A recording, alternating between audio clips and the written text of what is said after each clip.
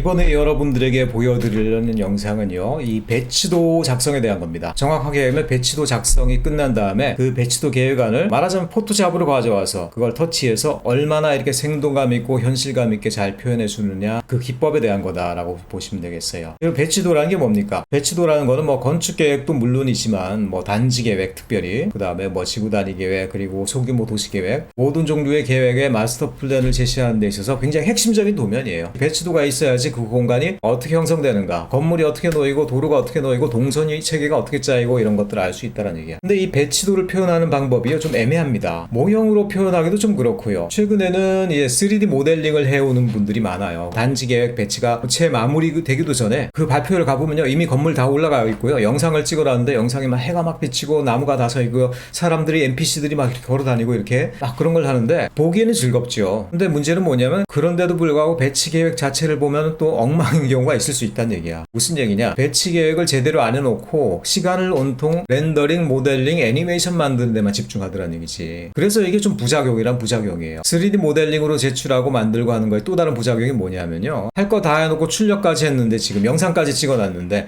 그제서야 건물을 좀 새백하고 스카일라인을 좀 더 정리하세요 이런 크리틱을 날렸다? 그거를 반영하기 너무 어렵잖아. 지금 했던 거 다 돌아가야 돼요, 원점으로. 그래서 이 3D 모델링, 뭐 메타버스도 그렇지만 이런 것들은 우리가 설계하는 것 자체가 아니고요, 설계를 잘 하고 나면 그 다음에 그거를 어떻게 보여주느냐, 그 다음 단계의 얘기인데 이걸 여러분들이 설계 과정으로 너무 끌고 와가지고 여기에다 의존을 하더라는 얘기지. 그건 결코 좋은 경향이 아닙니다. 또 그리고 실제로 물리적인 모형을 하는 경우도 그래요. 너무 이제 낭비적이죠. 물자도 낭비고 시간도 낭비지만 그거 끝나고 나면 어떻습니까? 방 다 어질러져 있고, 그리고 평가 끝나고 이제 기말에 학생들 다 돌아가고 나면은 그냥 쓰레기처럼 널려 있어. 그거 어떻게 처리해? 굉장히 골치 아프다라는 거예요. 그렇다고 해서 그럼 여러분들이 2차원 평면으로 그냥 배치도를 딱 그리는 사람들, 그게 그럼 꼭 또 좋으냐면 그런 게 아니란 얘기예요. 2차원 배치도를 그리는 사람들은 대략 CAD로 정리를 하겠죠. CAD는 이제 선으로 된 그림 아니에요? 문제는 뭐냐면 CAD 선으로만 그리면 이게 또 너무 초라해. 말하자면 한쪽에 3D 모델링 돌아가고 있고 한쪽에는 막 모형 제시되고 있는데 여기 CAD 선으로만 딱 제출하면 너무 초라하잖아. 물론 배치 계획 자체는 선으로 표현하든 뭘로 표현하든 상관없어요. 그런데 문제는 선으로만 표현된 그림은 초라하기도 하지만 어떤 경우엔 이게 건물인지 도로인지 외부 공간인지 나도 헷갈리더란 얘기야. 막 왜냐하면 거기에 톤이나 색채나 재질감이 들어가 있지 않은 창백한 그림이기 때문에 그래요. 자, 그래서 제가 여러분들에게 제안하는 건 뭐냐면은 배치 계획을 CAD, 선으로 된 그림으로 하되 그거를 좀 갖고 나가서 터치를 해서 약간의 재질감을 넣고 톤을 넣고 음영을 넣고 해서 그래도 좀 더 생동감 있고 현실감이 있는 투시도적인 표현으로 바꿔서 제출하라, 이런 얘기를 말씀드리는 거예요. 그래서 이 영상이 바로 그런 내용들을 담고 있습니다. 그럼 이 부분은 그럼 쉬우냐? 그렇게 쉬운 것은 아니에요. 어느 정도 포토샵 기술을 가지고 선을 면으로 바꾸고 면에다 색을 입히고 그 색에다 톤을 넣고 하는 작업들을 좀 할 수 있어야 됩니다. 그래서 이 작업을 여러분들하고 같이 하는 방법을 다루는 거고요. 물론 포토샵을 가지고 프로페셔널하게 하는 사람들은 이거 가지고 별의별 걸 다 해요. 그래서 제가 말하는 거는 그렇게 고급한 기술을 얘기하는 게 아니고요, 여러분들이 이미 접근하고 있는 포토샵 기술들 있죠. 그거를 잘 활용하는 것만으로도 여러분들의 2차 계획을 충분히 투시도적으로 생동감 있게 현실감 있게 표현할 수가 있겠더란 얘기예요. 가장 쉽고 간단한 기술을 통해서 여러분들이 투시도적으로 표현할 수 있는 방법들, 그것들을 이 영상을 통해서 단계적으로 한번 다뤄보고자 합니다. 이런 쪽을 전혀 안 해본 사람이라고 하더라도요, 작업 단계별로 지금 제시가 되어 있기 때문에 그걸 하나하나 따라하고 거기에 나오는 내용들을 숙달하다 보면요, 여러분들도 배치도 그리고 투시도적으로 표현하는 것들 가능하다라는 생각입니다. 반나절 정도면 여러분이 만든 배치도를 충분히 투시도적으로 표현할 수 있을 거다. 모든 어떤 스킬이란 게 그래요. 기본 스킬이 잘 이렇게 쌓이고 나면 거기 위에다 쌓아가서 좀 더 고급한 단계로 가는 것들은 훨씬 쉬워지더란 얘기야. 그래서 저는 뭐 처음부터 고급한 기술을 다루는 게 아니고 굉장히 기초적이면서도 기반이 되는 그런 스킬들, 그런 것들을 충분히 여러분들이 숙달하게 하는데 목표를 두고 영상을 이렇게 만들었으니까 여기 나온 내용들 여러분 잘 파악하고 잘 따라하고 이러다 보면 여러분들이 배치도를 제출하는 방법에 있어서도 좀 새로운 길이 열리게 될 거다, 이런 말씀을 드립니다. 자, 그럼 영상을 한번 시작해 보도록 하겠습니다.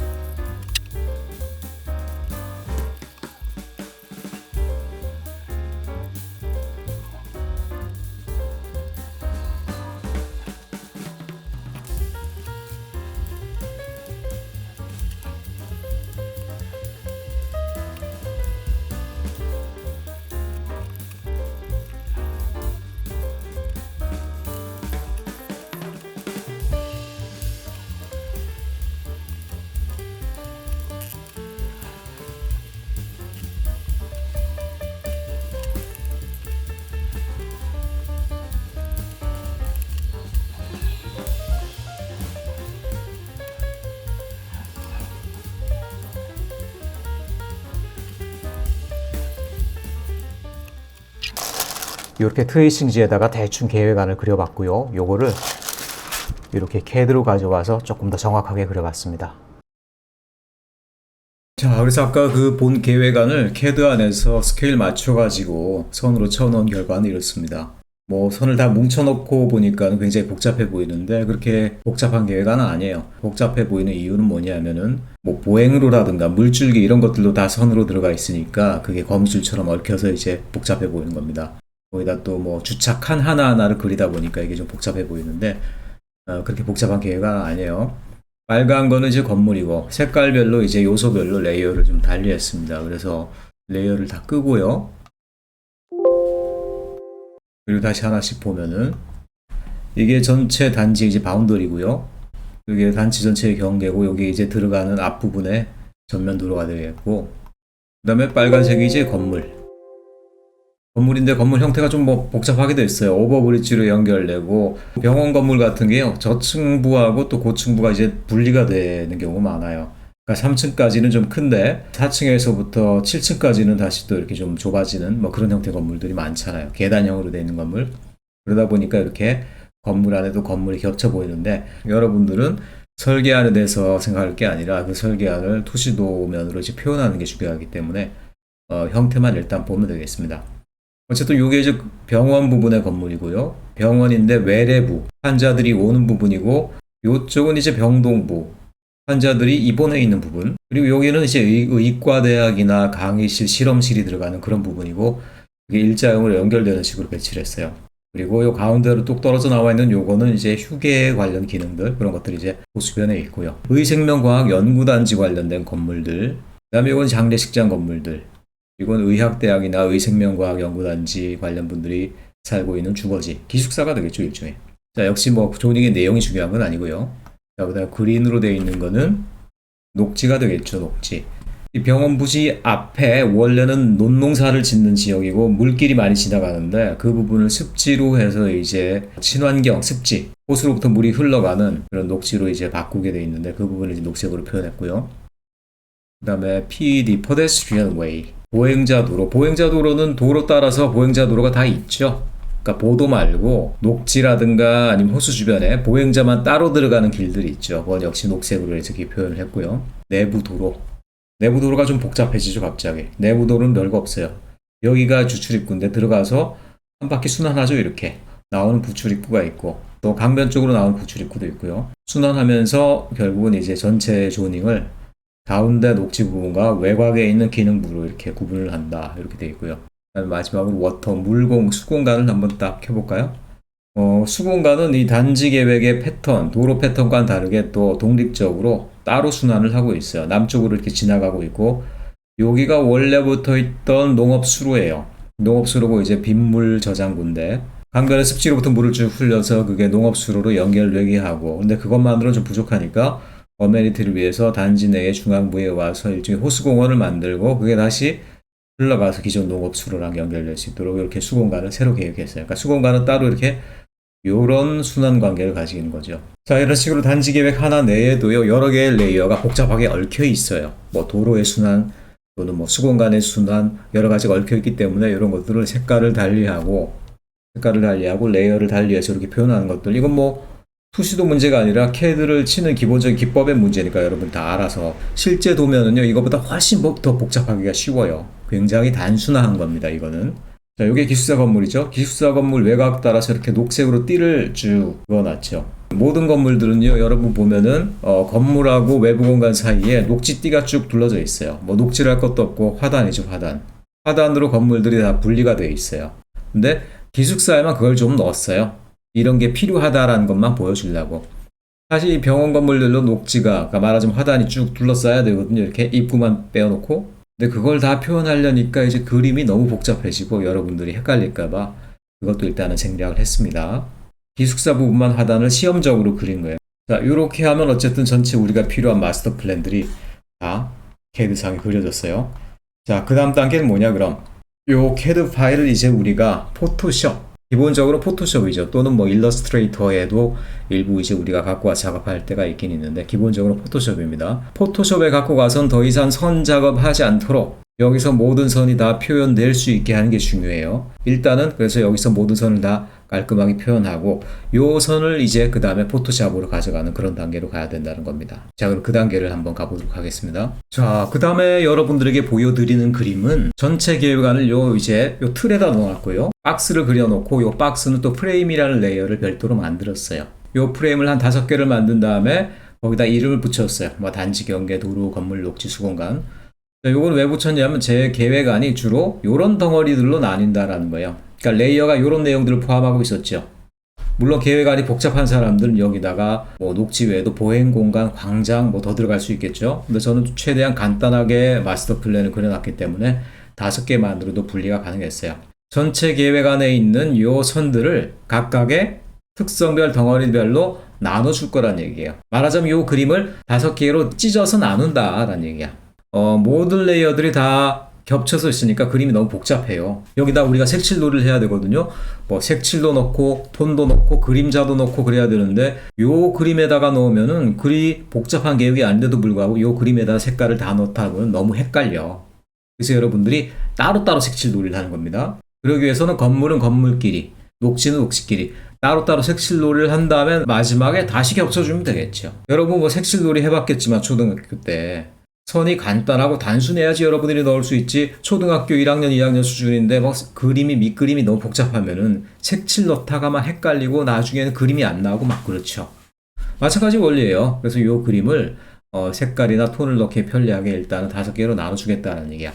근데 이게 캐드상에서 미리 좀 해갖고 가야 되거든요. 선을 편집하는 건 일단 포토샵에 가게 되면 거기서 굉장히 어려워요. 왜냐면 그건 벡터를 갖다가 편집하는 프로그램이 아니기 때문에. 선은 무조건 CAD에서 최대한 정리하는 게 제일 좋습니다. 뭐 미리 레이어로 구분을 했기 때문에 사실 그렇게 어려운 작업은 아닙니다. 뭐 바운더리, 단지 경계라고 하면 되겠죠? 빌딩, 건물이니까 건물로 가면 되겠죠? 이런 식으로 각각의 레이어를 가져가면 돼요. 예를 들어 단지 경계를 갖고 가기 위해서는 굳이 하려고 하면 다 끄면 되겠죠. 단지 경계 외에 나머지 것들은. 딱 끄고 이걸 카피해서 갖고 가고 이렇게 하면 되겠지만은 사실 그렇게 하려면요. 이게 굉장히 작업이 거추장스럽습니다. 저는 레이어가 그렇게 많지가 않아서 복잡한 작업이 아닌데 레이어가 굉장히 많은 분들 같은 경우에는 그런 작업이 굉장히 어려워요. 그래서 이 단계에서 여러분들이 리습의 사용법을 좀 알아야 돼요. 리습, LISP 뭔지 아시죠? 모르는 분들은 CAD 좀 공부하셔야 됩니다. 리습이란 건 뭐냐면 자기가 직접 편집해서 만들어 오는 명령문이죠. 그러니까 자기만의 명령문을 만들어서 입력해서 쓰게 하는 게 그게 리습이에요. 그 정도만 여러분 알아두시면 됩니다. 그래서 그 리습 중에는 특별히 설계 도면을 그리는 사람들이 잘 이용하는 리습이 있는데 그게 AA하고 AF로 대표되는 명령문 2개가 있습니다. AA랑 AF는 원래 CAD에서 명령문이 아니에요. 그런데 어떤 분이 리습을 만들어서 AA랑 AF를 치면은 자기가 선택한 레이어만 딱 켜지게 하는 리습을 미리 만들어 놓은 거예요. 우리에게 꼭 필요한 것들이죠. 그래서 그 리습을 먼저 여러분들이 갖고 와서 등록을 해야 됩니다.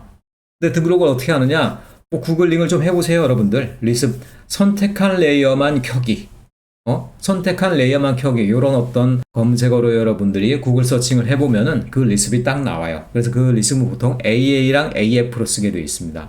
여러분들이 먼저 리습을 찾는 요령은요, 앱 로드를 치시면 됩니다. 앱 로드란 명령문이죠. 어플을 로딩하겠다 이런 명령문이 될 텐데 이걸 딱 치시면요. 저는 이미 찾아놨어요. 여기 보면 리습 어쩌고 저쩌고 돼 있죠. 요거를 로딩을 하면은 한 번만 쓸 거냐 계속 쓸 거냐 이렇게 돼 있는데 여러분들이 뭐 편리하신 대로 하면 돼요. 저는 이미 로딩을 해놨기 때문에 다시 끄도록 하겠습니다. 요 설명문을 여러분 좀 읽어봐야 될 텐데 뭐 별거 없고요. AA랑 AF만 여러분들이 아시면 됩니다. 자, AF를 치면 어떻게 되냐? AF를 치면 선을 선택하라고 지금 커서가 뜨죠. 그래서 제가 한번 경계를 선택해 보겠습니다. 경계. 레이어를 일일이 안 켜고 안 꺼도 내가 선택한 레이어만 남겨놓고 나머지 다 꺼져 버렸죠. 요걸 통해서 우리가 원하는 레이어만 쏙쏙 끄집어낼 수가 있겠다. 이런 생각을 여러분이 할 수 있죠. 자, 요 상태에서 프레임만 그럼 켜보겠습니다. 우리가 원하는 그림이 됐죠? 자, 요거는 단지 경계예요. 요 단지 경계만 옆으로 옮기면은 복잡한 마스터 플랜에서 경계만 싹 올맞이게 되겠죠. 자, 카피를 하고요.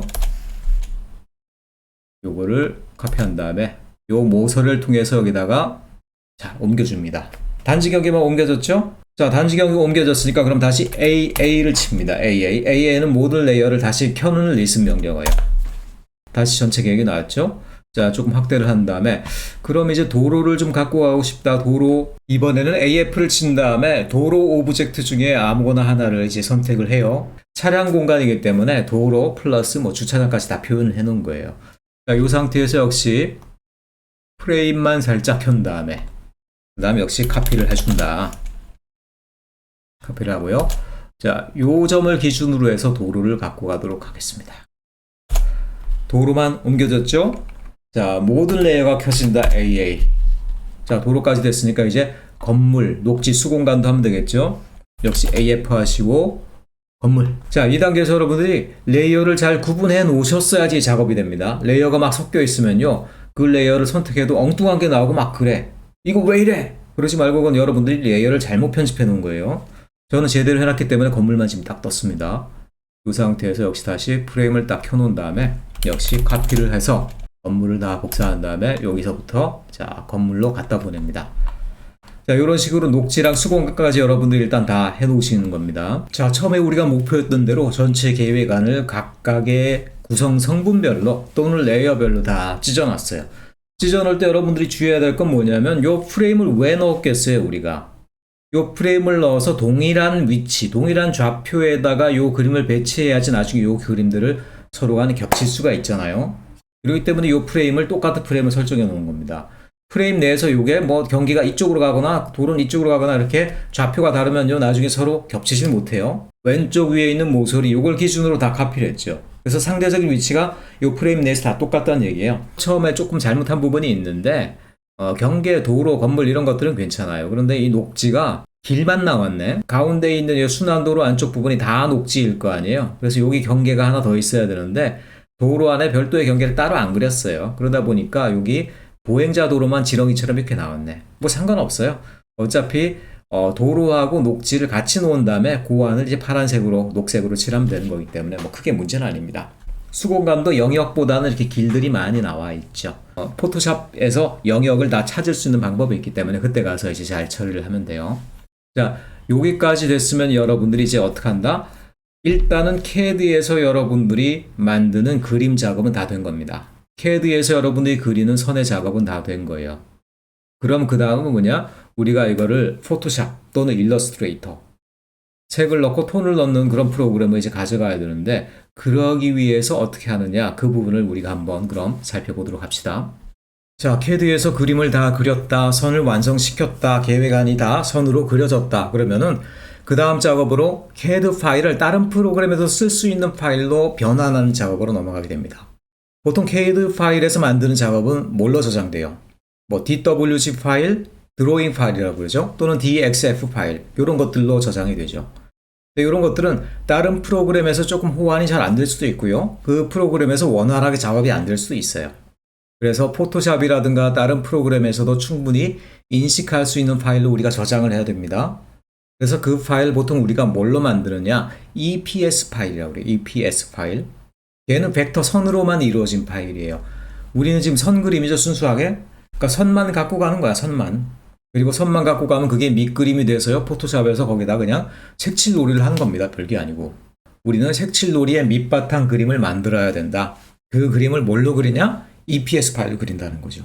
자, EPS 파일로 출력하려면 우리가 파일로 가서 어디로 가야 되느냐? 자, 플로터로 가야 됩니다. CAD에선 다른 파일로 저장하는 것들이 Save As보다는 플로팅 개념을 통해서 저장하는 경우가 많아요. 그래서 플로터로 딱 가보면요. 저 같은 경우에 딱 들어가 보면 프린터 플로터 부분이 이미 EPS 익스포트로 설정되어 있죠. 왜냐면 제가 미리 설정을 다 끝내놨기 때문에 그래요. 저렇게 설정해놨기 때문에 이걸 선택하고요. 그냥 OK만 누르면 돼, 저 같은 경우는. 근데 여러분은 지금 이 작업을 처음 하게 되는 사람이면 아마 CAD에 이 부분이 없을 거라는 거죠. 없으면 어떻게 되냐? 여러분들이 만들고 설정을 해야 된다는 거죠. 그래서 없는 경우를 대비해서요. 제가 한번 만드는 시범을 보이도록 하겠습니다. 다시 파일로 들어가서요. 여러분들이 플로터 매니저로 가야 됩니다. 가상 플로터를 여러분들이 새로 추가를 해야 되는 거예요. 들어가시면요. 플로터를 새로 추가하는 마법사라고 해서 Add a Plotter Wizard가 들어가 있습니다. 이걸 더블 클릭해요. 그러면 뭐 복잡한 설명들이 쭉 나오는데 모르면 그냥 다음이죠, 다음. 그리고 뭐 내 컴퓨터로 할래, 네트워크로 할래, 내 컴퓨터로 해야죠, 당연히. 내 컴퓨터로 가고 그 다음에 뭐 여러 가지 복잡한 옵션들이 쭉 나오는데 뭘로 출력할 거냐라고 그러는데 다행히 지금 애도비가 우리가 작업하는 것들이 포토샵 아니에요. 포토샵하고 일러스트레이터거든요. 그래서 애도비에서 읽기 쉬운 파일로가 딱 처음부터 기본으로 딱 잡혀져 있어요. 그래서 어도비 파일, 어도비 EPS 파일이죠. 그 다음에 포스트 스크립트 레벨 1. 레벨 1이 뭐 제일 범용에 뭐 활용도가 좋을 것 같죠, 왠지. 그냥 이 상태로 다음으로 넘어갑니다. 그 다음에 어떤 외부의 파일을 갖고 와서 스타일을 뭐 잘 모르겠어요. 그냥 다음 가요. 쭉 나오는데, 자, 요거는 중요합니다, 여러분들. 플로팅을 할 때 어디로 하느냐? 플로팅을 포트로 하면요. 그 포트는 보통 프린터로 연결되어 있잖아요. 그래서 프린터에서 나오게 됩니다. 우리는 종이에 출력할 게 아니죠. 파일로 출력을 해야 됩니다. 그래서 플로트 파일을 여러분이 반드시 선택해야 돼요. 요거 중요합니다. 요거 플로트 파일로 선택을 하고 그 다음에 다음으로 가면 여러분들이 추가하는 플로터의 이름을 정해라 라고 되어 있어요. 그래서 EPS export 1, 2까지는 제가 만들어 놨으니까 구분 위에서 3으로 만들도록 하겠습니다. 3. 다음. 대충 보니까 끝난 것 같아요. 맞추는 게 되게 좋겠죠? 맞죠? 그럼 뭐가 하나 생겼는데 모르겠어요. 다시 플로터로 들어가 보도록 하겠습니다. 자, 쭉 내려가 보면 여기에 보면은 EPS export 3. 우리가 만든 거 있죠? 요거. 1, 2는 내가 만든 거고요. 3은 지금 방금 만든 거죠? 요거를 선택합니다. 그러면 앞으로 출력하는 것들은요. EPS 파일로 출력이 돼요. 자, 출력하는 사이즈는요. 여러분들이 뭐 크게 만들면 좋겠지만 크게 만들면 너무 해상도도 크고 파일 용량도 크기 때문에 이제 적당하지가 않죠. 웬만한 마스터 플랜 같은 경우는 A3 사이즈로 하는 게 제일 좋습니다. 그리고 우리 같은 경우는 옆으로 눕힌 그림이 좋겠죠. 지금 옆으로 좌우로 여백이 많이 나오는 되니까. 그래서 여기서 용지의 방향은 랜드스케이프, 좌우 방향으로 여러분들이 놓는 게 좋다라는 거예요. 자, 그리고 또 가가지고요. 여기에 보면은 플로터 스타일이라는 게 있어요. 플로터 스타일. 플로터 스타일은 뭐 선의 굵기를 어느 정도로 할 거냐, 선의 색을 뭘로 할 거냐 이런 것들이거든요. 사실 이 부분도 우리가 좀 설정을 해줄 필요가 있어요. 사실 설정하지 않아도 지금 기본 상태로 나오기 때문에 큰 문제는 없습니다만 그래도 설정하는 방법을 여러분들에게 좀 보여드리고 싶은데 자, 플로터 스타일도 역시 새롭게 한번 내가 설정을 하는 거예요. 그래서 from the scratch 해놓고 파일 이름을 뭘로 하겠느냐. 이 파일은 플로팅 스타일에 대한 파일이에요. 그러니까 플로팅 스타일이 뭐 빨간색으로만 출력할 거냐, 굵은 선으로 할 거냐, 뭐 이런 것들. 그 설정을 이름을 붙여가지고 미리 저장을 해 놓으라는 겁니다. 그래서 이거는 EPS export 3이라고 지금 만들어 놓은 플로터 이름과 동일하게 그 스타일도 만들기로 합시다. 그 다음에 넘어가고요. 그리고 보면은 이제 드디어 이 플로터 스타일 테이블 에디터라는 게 나오죠. 이걸 클릭해 보면 이제 우리가 이해하기 쉬운 그런 테이블이 쫙 나와요. 플로팅을 하는데 색깔을 뭘로 할 거냐, 선의 굵기를 뭘로 할 거냐, 딴 건 모르겠고요. 색깔과 선만 정하도록 합시다. 여기서 여러분들이 색깔이 쫙 나와 있는데 이 색깔이 대체 뭘 의미하는 거냐 그거를 좀 알고 색깔을 조정하는 법을 알았으면 좋겠는데요. 여기 보면 플롯 스타일이라고 왼쪽에 나와 있습니다. 그리고 오른쪽에도 탭을 늘려보면 또 여러 가지 색들이 나와 있어요. 무슨 얘기냐면 이거는 화면에 표현된 색을 얘기하는 거예요. 제가 캐드에서 그림을 그릴 때 예를 들어서 건물을 빨간색으로 했죠. 그건 뭐냐면 건물이 빨간색이기 때문에 그런 게 아니고 그냥 빨강, 파랑, 녹색 레이어들 간에 좀 차이가 나고 구별이 되라고 빨간색을 한 것뿐이지 실제로 건물이 빨간색이 될 이유는 없거든요. 우리가 EPS를 만들 때는 사실은 다 그냥 까만색이나 회색 계열로 다 통일을 했으면 좋겠어요. 그렇지 않으면 그 색이 남아가지고 나중에 포토샵에 가면 선도 이렇게 빨간색, 파란색 이러면 좀 보기가 안 좋거든요. 그래서 요 빨간색 같은 경우는 어떻게 하느냐. 건물이 빨간색으로 되어 있지만 실제로 우리는 출력할 때는 검은색으로 하고 싶어. 그러면 여기다가 이렇게 검은색을 지정하면 되는 거예요. 빨간색으로 표현된 것도 검은색으로 간다. 자, 그런데 우리가 하나하나 고칠 필요 없이요. 전체 색, 그러니까 플로팅 상에 있는 우리가 사용한 색 전체를 다 Shift를 누르고 클릭을 하면은 전체 색이 다 골라지거든요. 그러니까 플로팅 상에서 표현되는 모든 색이에요. 지금 모든 색 255개로 지금 표현되어 있죠. 그 모든 걸 우리가 까만색으로 딱 고쳐버리면 돼요. 그러면 어떤 색으로 플로팅 되어 있든 간에 결과물은 까만색으로 나오게 된다. 이런 식으로 되는 거거든요. 자, 그 다음에 또 중요한 건 이제 선의 굵기인데요. 선의 굵기는 어떻게 표현하느냐 한번 펼쳐봅시다. 쫙 펼쳐보면은 0.00에서부터 뭐 2.1까지 나와 있는데 나는 눈이 나쁘고 좀 가물가물하니까 선을 확실하게 굵게 그려가지고 좀 확실하게 보고 싶다. 그래서 2.1을 딱 누르면은 좋을 것 같지만 결코 좋지가 않죠. 우리가 색칠을 해서 그 색을 가지고 그 면을 표현해야 되는데 밑그림의 선이 너무 굵어버리면은 이거 뭐 만화책도 아니고 너무 이게 보기가 유치하다는 얘기예요. 그래서 사실은 보이기만 하다라고 그러면 선은 가늘수록 좋아요. 저는 뭐 눈도 나쁜 편이 아니고 모니터도 좀 괜찮은 거 큰 걸 갖고 있어가지고 0.00을 해도 상관없습니다. 0.00을 하면 선이 없어지는 게 아니라 기본 선만 나오는 거예요. 선이 표현은 되는데 표현되는 한도 내에서 제일 가는 선이 나오는 거예요. 그래도 조금 뭐 좀 잘 보이는 선을 쓰고 싶다 그런 분들은 뭐 0.1을 해도 되고요. 0.2나 0.3까지 해도 상관은 없어요. 근데 저는 그냥 0.00을 골라가지고 잘 안 보이더라도 좀 선이 가늘고 섬세한 그림을 그리는 게 좋겠다라는 생각 때문에 저는 0.00을 선택하도록 하겠습니다.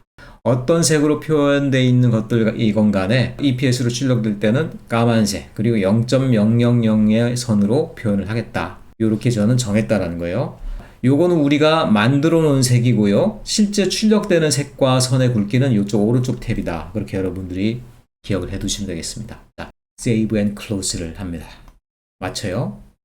자, 그럼 됐죠. 플로터를 우리가 EPS 플로터를 추가했고 그 스타일, 그 출력 스타일을 까만색 그리고 0.00 굵기로 하는 EPX Export 3 CTB라는 테이블 파일을 만들어 놨어요.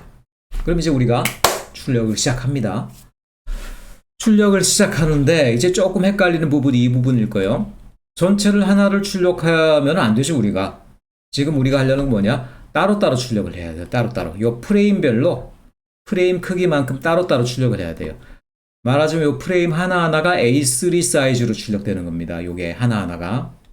그래야지 우리가 따로따로 색칠한 다음에 겹치는 거예요. 그러면은 그렇게 부분 요 프레임 안에 것만 출력하는 방법은 뭐냐라고 하겠지만 CAD를 잘 하시는 분들은 아마 요 윈도우 기능을 잘 사용하시면 된다라는 걸 알고 있을 거예요. 요 윈도우를 선택하고요. 그 다음에 옆에 있는 윈도우 탭을 누릅니다. 누르고 나서 우리가 출력할 부분을 선택을 하는 거예요.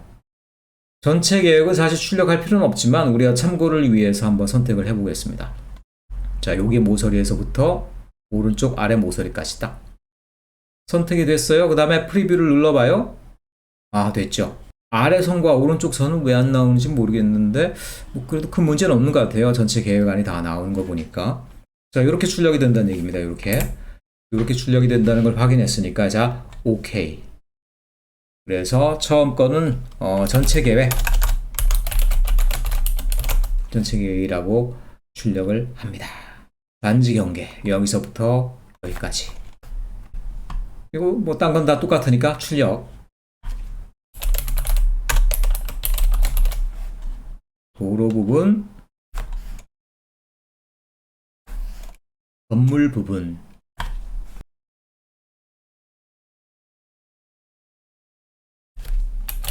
녹지 부분,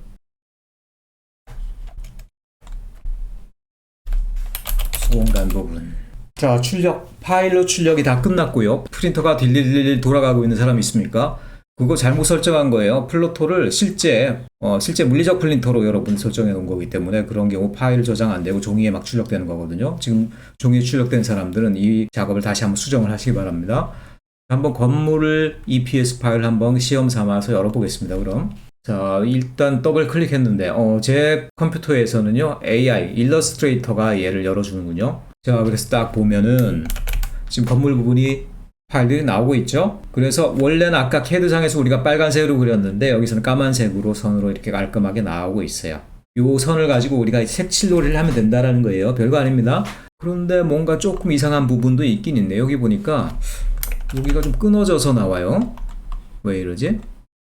여기 이렇게 연결되어 있어야 되는데 연결된 것 같은데 끊어져서 나오네요. 가끔 CAD 파일을 딴 데로 갖고 가다 보면은 뭔가 모르게 이런 모서리 같은 데가 좀 끊어지는 경우가 있을 수 있어요. 근데 그게 왜 문제가 되냐면 포토샵에 색을 칠하려면은 영역이 닫혀 있어야 되잖아요, 여러분들. 마법봉 이런 거 있잖아요. 뿅 이런 거 하면 닫혀진 영역이 있어야 색칠이 되는데 만약 그런 데가 깨져 있으면요, 그게 닫혀진 영역이 선택이 안 돼. 자, 그런 문제들이 종종 있습니다, 여러분들. 종종 있어요. 당황하지 말고 그런 경우에는 자, CAD로 와서 새로 그려야 된다 이러면은 여러분 영원히 작업을 하게 될 수 있습니다. 포토샵도 간단한 선은 그릴 수가 있어요, 여러분들. 혹시 끊어진 부분이 오류 때문에 생겼다 그러면은 그 부분만 포토샵에서 간단하게 선을 그려주면 돼요. 혹시라도 이 부분이 깨졌는지 모르겠어. 아마 아닐 것 같은데 혹시라도 깨져 있으면 그 부분만 포토샵에서 살짝 연결해 주면 된다. 그런 식으로 여러분들이 임시 방편을 잘 써가면서 작업을 하시면 됩니다. 자, 뭐 건물도 잘 나왔고 요런 정도로 이제 선이 나온 거 보니까 요걸 가지고 이제 그 다음 작업을 진행하면 되겠네요. 자, CAD에서 하는 모든 작업들은 일단 EPS로 다 저장이 끝났습니다. 뭐 나중에 뭐가 잘못돼서 새로 CAD로 와서 새로 그리는 사태는 없어야 되겠지만 그렇지 않다라고 그러면 EPS로 만들었다. 그럼 일단 여러분들이 CAD의 작업은 끝났습니다. 그 다음엔 주로 포토샵, 가끔가다 일러스트레이터 그 정도에서 일단 여러분들이 배치도, 투시도 작업이 끝나게 될 겁니다. 자, 그럼 이 파일을 이제 그 다음에 어디로 갖고 가서 어떻게 쓰느냐 그 부분 단계로 다음부터 넘어갈 수 있도록 하겠습니다.